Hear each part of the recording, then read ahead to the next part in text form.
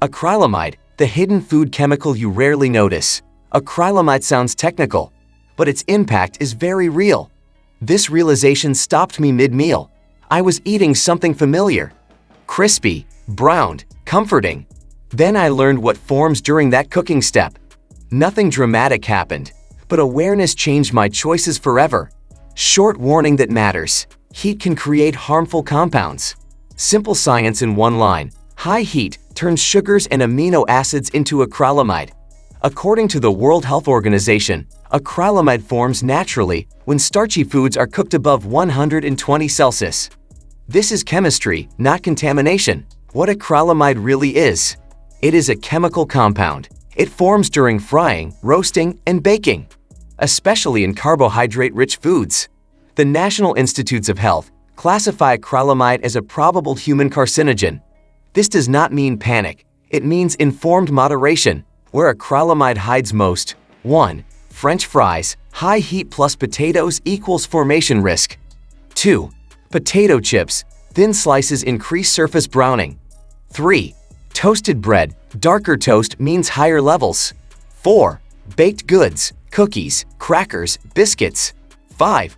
Breakfast cereals, especially highly processed varieties.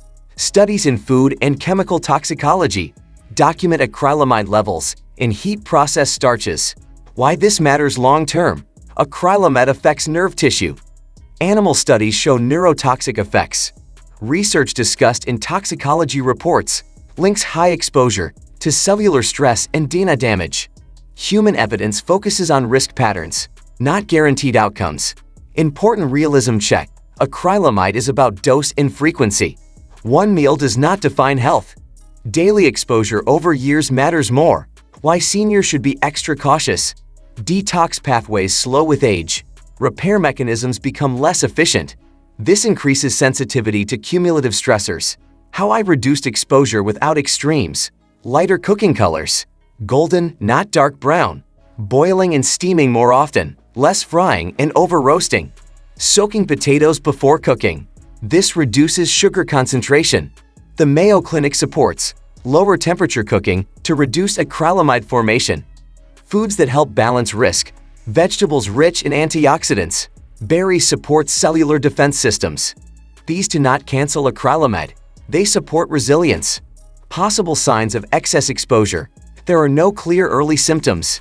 This is why prevention matters more. Moderation reminder: avoid burning food.